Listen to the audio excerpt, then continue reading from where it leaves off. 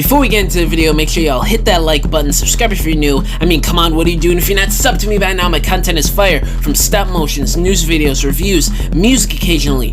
All my social media accounts are linked down below, and now, let's get straight to it. What's up? Welcome to the stop motion review on the studio series Rise of the Beast of buzzworthy Voyager class Optimus Prime. That is a mouthful. Sit on back and listen to me talk your heads off about this figure. I've got to say, this guy came out really great. I've got a few issues with him, which I'll obviously cover later on in this review, but the sculpted details all over this guy are great. The paint, even though it's slightly limited in my opinion, is also great where it is applied. There's no QC issues with that. No issues with him at all, really. No real hollowness on him, which is fantastic. It's just a well-rounded, well-built Optimus figure, which, again, there is still a few issues, but yeah, he looks really great. Taking a closer look at Boss Bot's head sculpt, it's looking really shabby with that sculpted detail on the mouth plate and on the head in general. Eyes are done in a nice baby blue color. It's just a really nice head sculpt. I really like it. Man, can we just take a second to appreciate how they did clear plastic inserts on his chest without making the whole chest section of the windshield clear plastic. They did that with the mainline Voyager class, and they've done that with a lot of Optimus figures in the past, so kudos to them paying attention to detail on that annoying thing that they used to do. One of the complaints I have with this guy is he has the hot rod shoulders. I'm gonna say it. It's annoying at times. Yeah, you get that going on, but you can move that flat piece and the smokestacks around on a swivel joint to sort of help with range of movement, which is nice, but it's still a bit weird. You can untab the back piece too, because it bumps into that a little bit to help swiveling it around, but it still just looks a little off. I don't know what it is with it. It's not as bad as Hot Rod or Tarn to me, but it's still a bit odd looking in certain poses. Another issue I have with the articulation is the way the legs move up. It's on this swivel joint, which is kind of cool, but the way it looks in certain angles, it leaves that big hole there in the midsection, and on the side like that, it just looks like it's detached from his waist area. But, I mean, it is kind of cool the way they did it. You don't see it too often, but the execution in certain angles and poses just looks weird sometimes. And is it just me, or does his head look just a wee bit too small for his body? Is it just me? It might just be me. But yeah, I don't know about that. Another little gripe I have with the body frame here is that the tabs for the lower legs just stick out like a sore thumb. They don't hinge inward anywhere. I wish they did. It just annoys me in certain vanilla stances. For accessories, you got his little sword here done up in gunmetal silver. And you got a little pistol here, which is way too small. It should be a big gun, yada yada yada. You've heard the complaints. It's just done up in this gray plastic, no paint. The sword, I mean, it's alright. Yeah, there's no orange paint for the energon effect, which is really lacking, in my opinion. But it's got some nice sculpted details. You got that little blue port and a hole right there. You could just plug it in if you want to do it that way. I don't really like the way that looks, but it's an option you got there. But then you got this little blue peg at the tip there and a hole there. You just slot it right in, and I think that looks way better, and that's actually how he used it in the movie. So I think that's the best way to display it. Probably after this review, I'm gonna paint up some orange on it to give it that energy effect that we all know and love him with his swords and axe having since G1. So it's alright, but the gun, this is like the worst accessory. I'm glad they at least attempted to give him this type of gun and not just his regular hand rifle like they did with the mainline, but I mean, come on. So to plug it in, I can't even talk right. I hate this gun so much. You flip that around, you got a peg there and a hole on the gun. You just plug that right in, and there you go. You got that going on, which looks way too small for his body, and obviously way too small for how we saw it in the movie. So for like up close shots when you're playing with the perspective and you got the gun closer to the camera, that works. We see them do that occasionally in the movie, which made some really cool shots, by the way. So it works in certain angles like that, but the gun is just way too small. There's an upgrade kit you could get on eBay, which I'll definitely get at some point. And there's another look at him with his arm sword. Just needs some orange highlights in there, so I think it looks pretty good. Articulation time!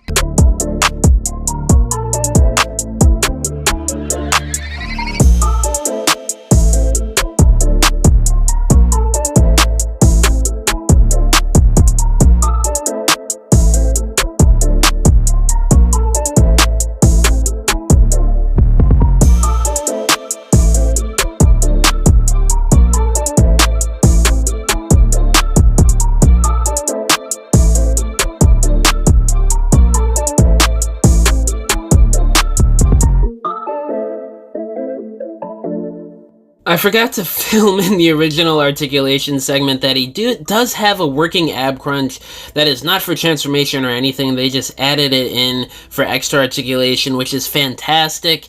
They got to do this more often on Transformers figures. You see it occasionally, and this one is definitely one of them, which is one of the reasons why I forgot to film it in the original articulation segment. So kudos to the designers for this, and if one of you guys are watching, add more ab crunch on these figures. We love it. Another cool piece of articulation is you could kind of get a backwards butterfly joint working. You untab the back piece, you swivel that transformation joint, and you've got a working in and out joint there, which is absolutely awesome. I don't know how intentional this was, but you could definitely use it for some poses. I've done it, and you got a little bit of like a upwards waist swivel there, but it kind of gets in the way with the wheels on the back, so you could kind of do that, but kind of not really. But really cool butterfly joint there. Now comparing it to the final CG render, they pretty much got it spot on, even more so compared to other Studio Series figures being based more so off concept art, and this one's based off concept art too. Because the colors here are a bit different in some of the details. It's more indicative of the Control Arts color scheme. Would you look at that with the yellow and the hip area and all this other stuff? Yeah, you can definitely see the similarities. Now for some size comparisons, here is next to the only other Rise of the Beast Studio Series figures I have, Scourge and Battletrap, and I think this works pretty well from what I remember from the film, so hopefully we get more accurate versions of Scourge and Battletrap at some point soon. Transformation time!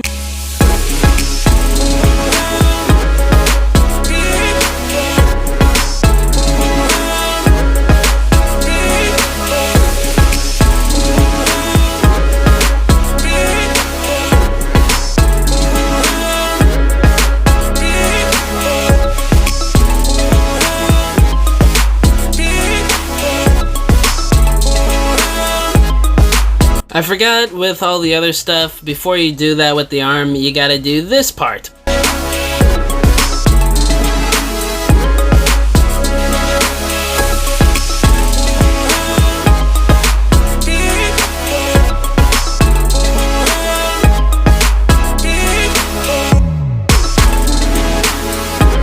And there's Mr. Leader of the Free Galaxy in his truck mode glory, looking pretty cool from the front area at least.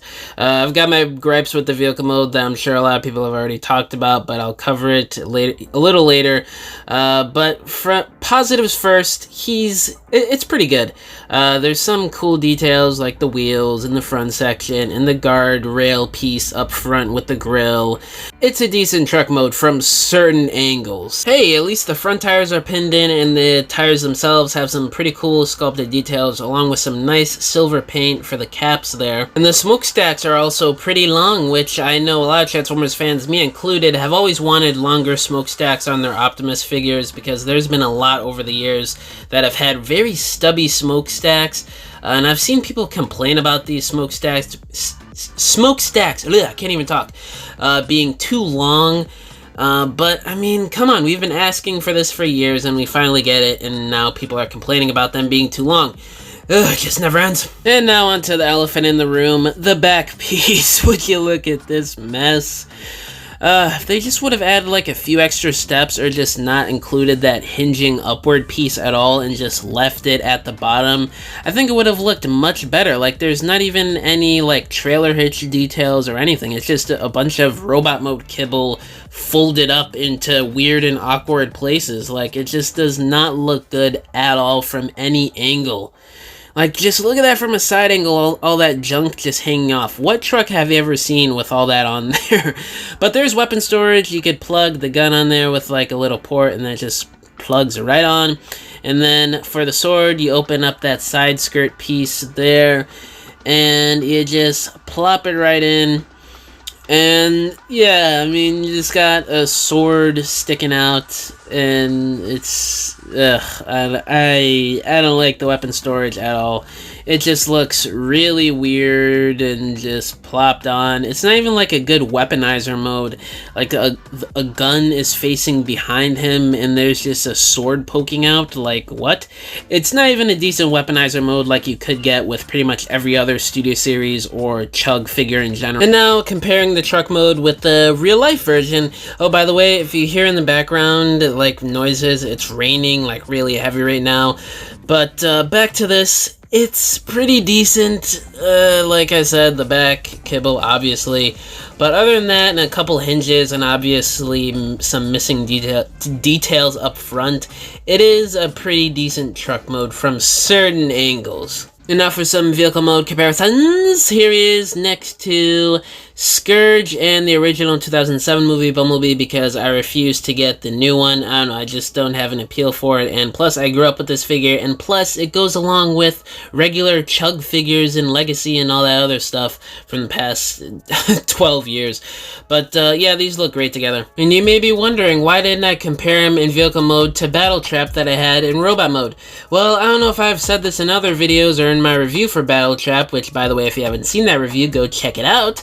I hate transforming it, and so I'll just plop his little robot mode booty right next to him, and there you go. So my final thoughts on this here Optimus figgy right here. He's really good. He's probably one of the best, you know, Studio Series, Generations, whatever label you want to put this under, Optimus figures Hasbro's made, and probably ever, I'd say. But I think in terms of his really mid accessories, in my opinion, the gun's way too small, no paint on the gun. The sword is alright, but I mean, it's missing that obvious and iconic orange energy effect on there, so that really sucks. And I don't know. The robot mode stuff is minor, so I don't really count that too much. But it's the vehicle mode and the accessories for me that really weigh it down, but it sort of makes up for it in that really clean and nice looking silhouette of the robot mode and how much articulation they've actually packed into this guy.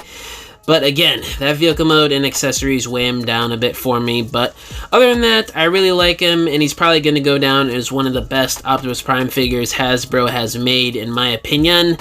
But yeah, let me know down below what do you guys think about this Optimus figure. Thank you guys for watching this review, and I'll catch y'all in the next one. Bye!